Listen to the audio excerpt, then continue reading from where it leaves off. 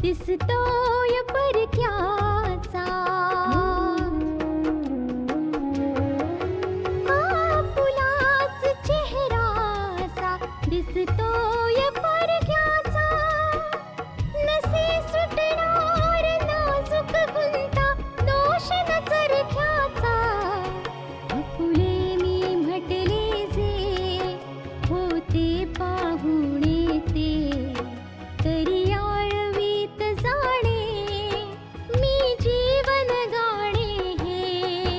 रेखा ही भाग्याची, रेखा ही भाग्याची, रेखा ही भाग्याची, रेखा ही भाग्याची.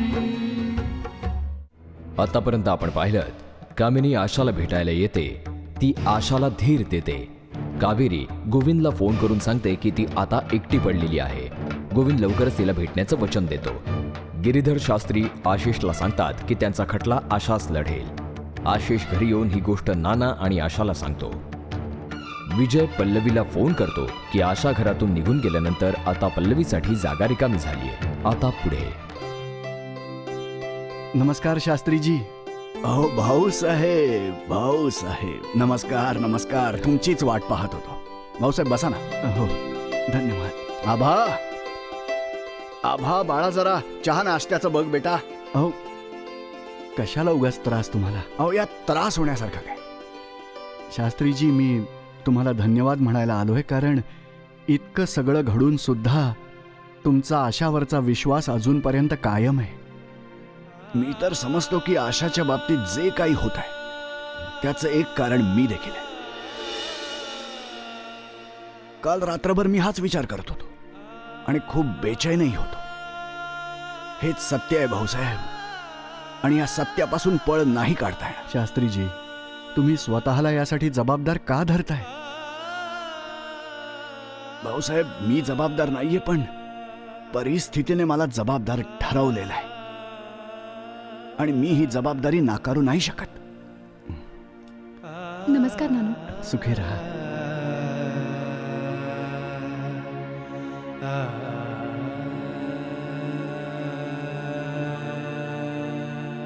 विजयने आशासोबत लग्न यासाठी केलं जेणेकरून तिने माझ्या मुलाची केस लढू नये. आशाला या जाळ्यात यामुळेच अडकवलं गेलं कारण तिला मला साथ द्यायची होती. मग अखेर जबाबदार कोण आहे सांगा भाऊसाहेब? अखेर मीच आहे ना. तुम्ही जबाबदार नाही आहात. दुसऱ्या कोणाच्या तरी गुन्ह्यासाठी शास्त्रीजी तुम्ही स्वतःला जबाबदार का धरताय सांगा? तुमच्या मुलाला मारण्याचा गुन्हा गोविंदने केलाय आणि आशाची ही अवस्था करण्याचा गुन्हा विजयने केलाय. त्याला जबाबदारही मीच आहे. जर मी बलराज अरोराचं म्हणणं ऐकलं नसतं भाऊसाहेब, तर कदाचित तो इतक्या लवकर आशापासून सुटका करून घ्यायचा निर्णय घेऊच शकला नसता. त्या लोकांनी आशाला घरातून बाहेर काढायचा निर्णय घेतला कारण मी ही केस आशाकडून काढून घेतली. जे काही घडलंय ना भाऊसाहेब, त्याच्या मागे माझ्या मुलाची केस आहे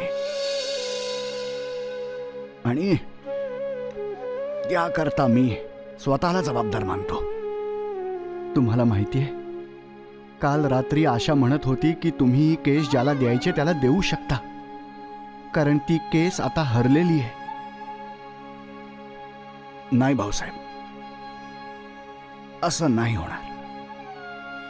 आणि जे पैसे मला बलराज अरोराने दिले आहेत ते मी त्याला परत करून टाकेन.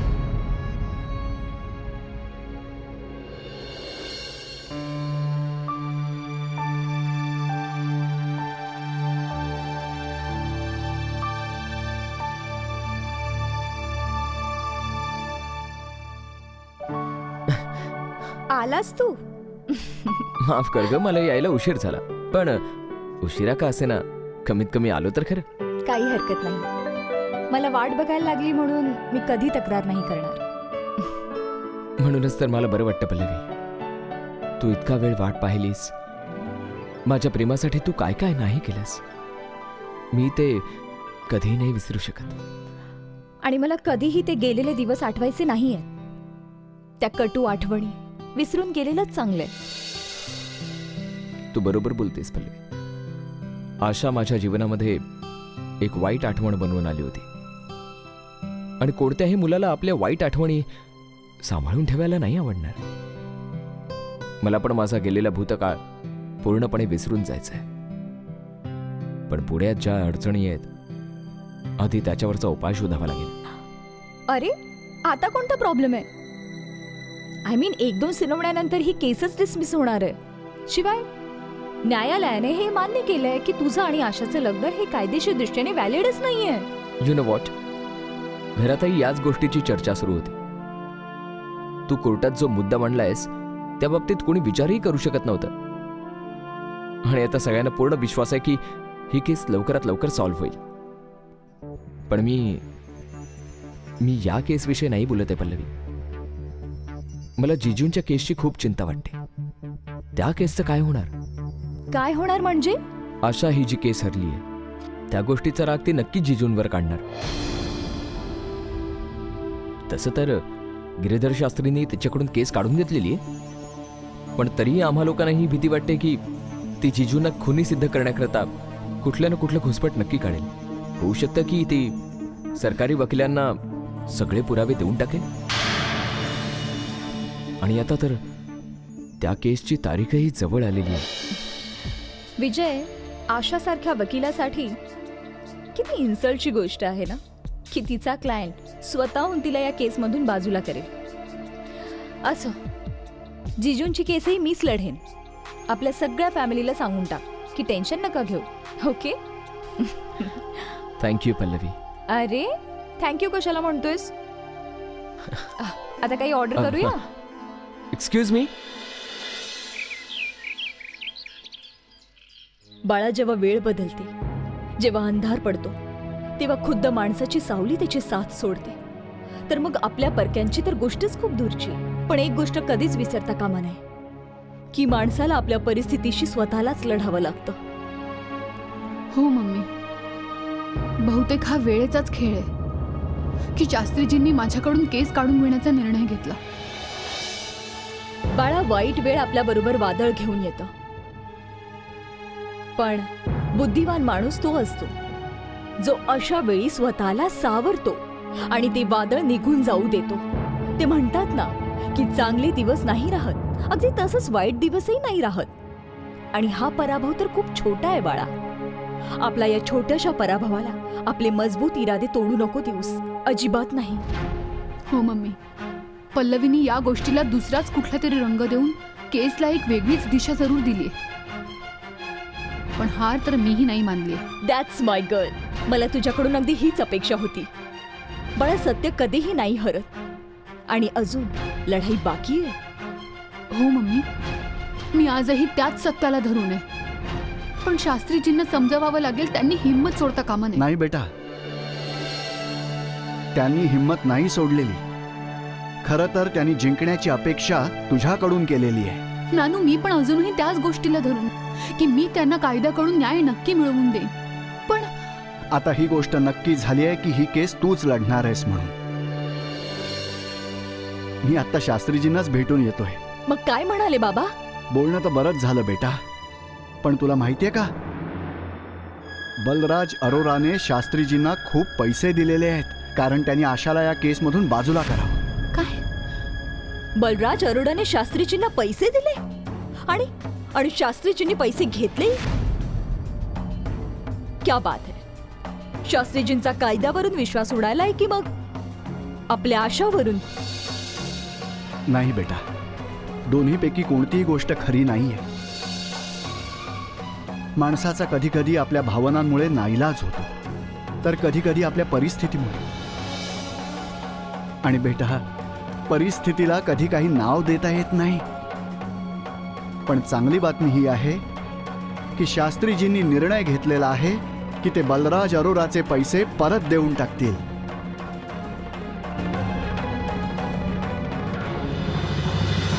रेखा ही भाग्याची. बघितलंस मामा, आशाला आपल्या वकिलीचा जरा जास्तच गर्व होता. अशा लोकांचा गर्व अशा प्रकारेच मोडतो. एक्झॅक्टली. अरे न्यायालयात सगळ्यांच्या समोर तिने मला चॅलेंज केलं होतं की ती मला शिक्षा नक्कीच मिळवून दे. आता तिला जाणीव होत असेल जावई बापू की तिने कोणाला टक्कर देण्याची हिंमत केली. आता तिचा गर्व मोडून पडत असेल. बलराज अरोराला टक्कर द्यायला निघाली होती. खरं तर मला असं वाटतं की ती स्वतःलाच ओळखू शकली नाही, नाहीतर आज तिची ही हालत झाली नसती. आणि आता तर ती कोणीही नाहीये. ना ती सुहासिनी आहे आणि ना विधवा. आणि आता तिला घटस्फोटाचीही गरज नाही. तुम्ही बरोबर बोलता पप्पा. कायम हेच ऐकत आलोय की आशाने जी केस हातात घेतली आहे त्या केसमध्ये तिने यश मिळवलंय. अरे आता तर तिचा हा भ्रमही तुटला असेल. जिंकत असेल तेव्हाची गोष्ट वेगळी होती. आता हारण्याचे दिवस सुरू झाले तिचे.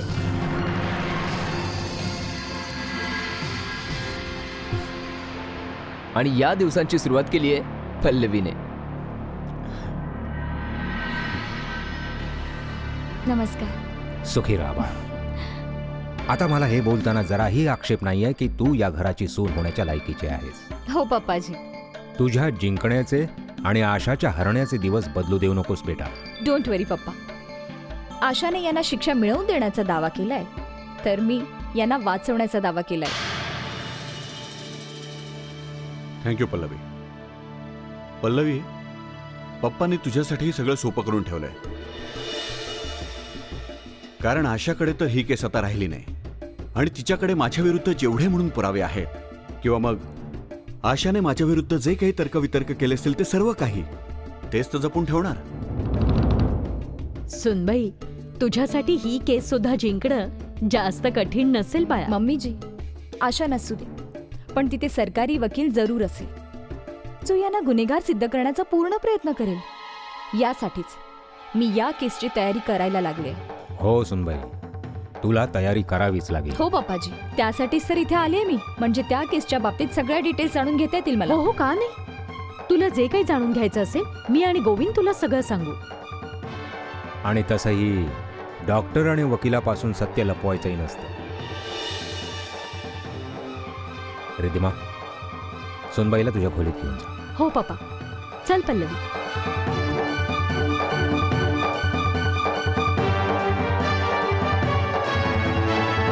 रेखा ही भाग्याची.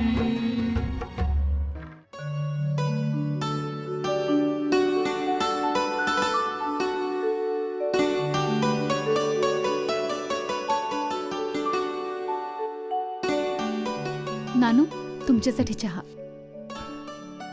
बस.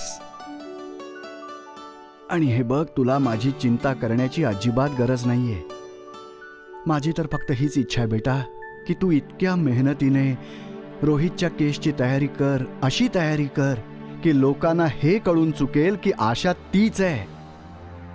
आणि आशा कोणतीही केस हरण्यासाठी नाही, जिंकण्यासाठी हातात घेते. नानू, विजयने जेव्हा या केसची फाईल जाळली होती, मी तर त्या दिवसापासूनच या केसची तयारी सुरू केली होती.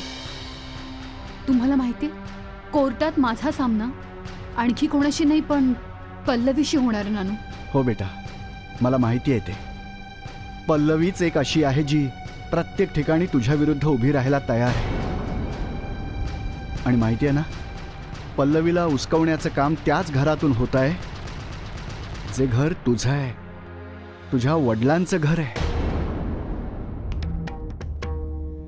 चुकीचं बोलताय तुम्ही.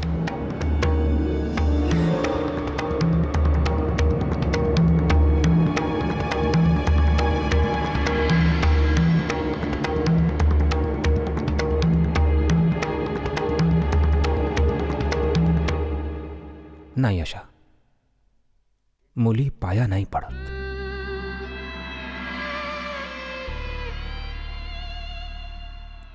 बाळा, चेहरा बदलल्यानंतर मी तुला पहिल्यांदाच पाहतोय. बेटा, चेहरा भले बदललेला असो, पण आशाच्या शरीरात वाहणारं रक्त तर तुझंच आहे ना. ते तर कोणीही नाही ना बदलू शकत. भले तुझ्यात बदल हो किंवा माझ्यात बदल हो. बरोबर आहे तुमचं बाबा. आपण बदललो म्हणून नाती तर नाही बदलत. आशाने स्वतःसाठी एक मार्ग निवडला, आपली तत्व बनवली आणि त्या मार्गाने चालत राहिली. भले तो मार्ग मला पसंत नव्हता. पण सोहनलाल, काय रे, सत्याच्या मार्गाने चालणं चुकीचं आहे का? चुकीचं नाही आहे बाबा, पण मला नव्हतं वाटत की आशाला अनेक संकटांचा, कटकटींचा सामना करावा लागावा. पण हो, आज मी इथे यासाठी आलो की आता माझी इच्छा आहे की आशाने ही सत्याची लढाई जिंकावी. हो बाळ.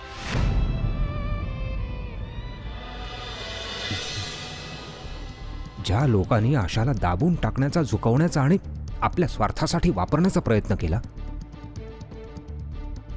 त्या लोकांना त्यांच्या कर्माची शिक्षा आशालाच द्यावी लागेल. हो, खरंच बाबा, मी आणखी कोणाविषयी नाही, बलराज अरोराविषयीच बोलतो. त्याला वाटतंय की तो आपल्या पैशाच्या बळावर माझ्या मुलीच्या स्वाभिमानाला धक्का लावू शकतो. पण मी सुद्धा इथे माझ्या हातात बांगड्या भरून स्वस्थ नाही बसलो. बाळा, तुला कोणापुढेही दबून राहण्याची किंवा घाबरण्याची गरज नाही. जे सत्य त्यांना गाडून टाकायचं आहे ना, ते तुला समोर आणावंच लागेल. बेटा, माझ्यासाठी याहून मोठा आणखी कोणताही आनंद असू शकत नाही की आज तू या घरी आशाला आशीर्वाद द्यायला आलायस. बाबा, भले माझी तुमच्याबद्दल तक्रार आहे की तुम्ही घाईघाईमध्ये आशाचं लग्न विजयशी करून दिलं. मी या गोष्टीकडे डोळेझाक करूही शकतो, पण मी या गोष्टीकडे डोळेझाक नाही करू शकत की कुणी माझ्या मुलीच्या आयुष्याशी खेळ खेळेल. बाबा, ज्याप्रमाणे आज विजय वागतो. पप्पा, मला तर पल्लवीच्या बद्दल विचार करून चिंता वाटते. ती स्वतःच तिच्या आनंदाला ग्रहण लावते. हो सोहनलाल, पल्लवी अखेर राहते ती तुझ्याच घरात ना. तुला तिला थांबवायलाच पाहिजे. मी तिला नाही थांबवू शकत बाबा. भले पल्लवी माझ्या घरात राहते, पण गायत्री त्याच घरात राहते आणि ती पल्लवीची मावशी आहे. तिच्या डोळ्यांवर खोट्याची अशी काही झापडं लागलेली आहेत जी विजयने लावलेली आहेत. म्हणूनच तिला काही दिसत नाही. आणि विजय आशानंतर आता पल्लवीचा वापर करून घेतो. म्हणूनच माझी इच्छा आहे की सत्य समोर यावं, म्हणजे गायत्रीच्या डोळ्यावरून ती झापडं बाजूला होती.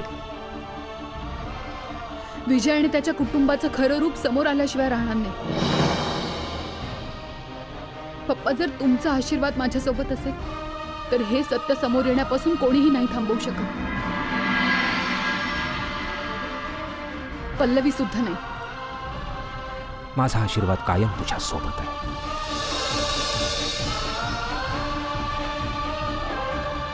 मी स्वतः तुझ्या सोबत आहे.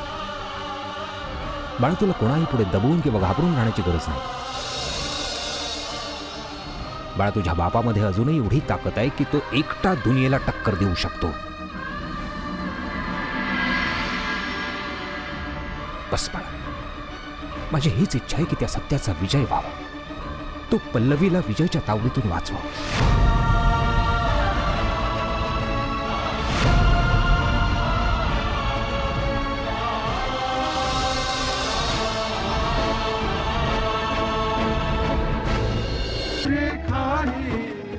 भाग्याची.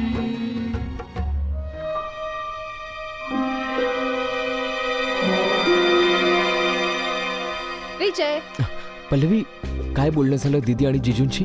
बोलणं तर झालंय सगळं, पण आता मला एकच प्रॉब्लेम आहे. काय प्रॉब्लेम आहे?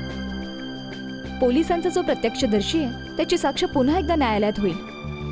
त्याच्या साक्षीमुळे हे प्रकरण बिघडू शकतं. आणि जितकं मला माहिती आहे ते साक्षीदारी असे आहेत ज्यांना फिरवणं खूप कठीण आहे. कारण जिजूंनी एकदा त्यांच्याशी बोलण्याचा प्रयत्न केला होता, पण त्यांनी ही गोष्ट जाऊन सरळ आशाला सांगितली. हो, ते सगळं पूर्णपणे आशाच्या मुठीत आहे. पण जर आशाच या केसमध्ये नाहीये, तर मग आता आपल्याला हे बघायचे की त्या लोकांना कसं फिरवता येईल. तू बरोबर बोलतेस पल्लवी. अशा प्रकरणात बऱ्याचदा एक माणूस फिरतोय असं पाहिल्यावर दुसराही आरोपी फिरतो. आता बहुतेक आपल्याला असं सांगून प्रयत्न करायला पाहिजे की आशा पूर्णपणे हरून गेलेली आणि तिने ही केस सोडून दिली. हे ऐकून कदाचित ते लोक फिरतील. मला पण हेच म्हणायचं होतं, आणि मला या बाबतीत पप्पांशी बोलावं लागेल. पण लक्षात ठेव, जिजूंना कोणत्याही साक्षीदाराकडे जायची गरज नाहीये. हे सगळं प्रकरण पप्पांनाच सांभाळू देत. ठीक आहे? ठीक आहे, मी पप्पांशी बोलतो यावर. चल आता मी निघते, खूप उशीर झालाय. अरे, इतकी कठोर कशी काय होतेस तू? काय मी याच गोष्टीची वाट बघत होतो की तू अशी कोरडेपणाने बाय म्हणून निघून जाशील? मिस्टर विजय, थोडा वेळ वाट बघा त्या दिवसाची ज्या दिवशी मी सून होऊन या घरात येईन. पल्लवी, आणखी कोणतीही परिस्थिती असते ना तर मी आज पप्पांशी बोललो असतो आणि उद्या तुला या घराची सून बनवून या घरात घेऊन आलो असतो. मिस्टर विजय, हे इतकं सोपं नाहीये. यासाठी बघून सवरून मुहूर्त काढावा लागतो. अँड यू नो व्हॉट, वाट बघितल्यामुळे प्रेम अजून वाढतं. यु नो व्हॉट, प्रेम तर वाढलेलंच आहे आणि वाट बघणं वाढतच चाललंय.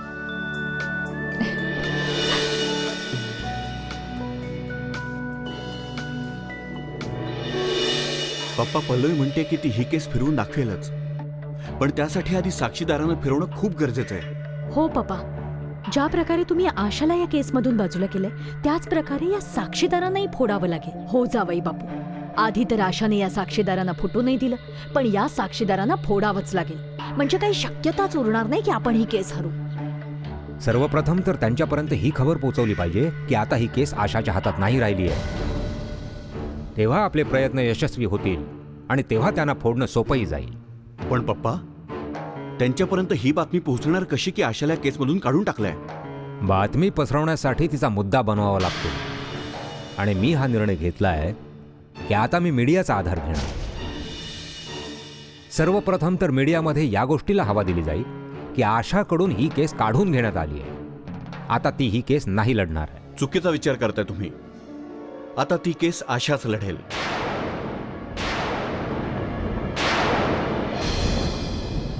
आता जर आशाचं त्या घराशी काही नातं उरलेलंच नाहीये तर मग वाट कशाची बघते? जा आणि जाऊन लग्नाची बोलणी करून ये, जेणेकरून सामाजिक मर्यादांच्या नावाने तुला लाजिरवाणं वाटायला नको. कोणी आपल्या घरात कॅमेरा घेऊन कशाला घुसेल? त्याला एखाद्या गोष्टीचा फोटो काढायचा होता की काय? कोणीतरी त्याला नक्कीच पाठवलं असेल. होऊ शकतं त्याला आशाने पाठवलं असेल.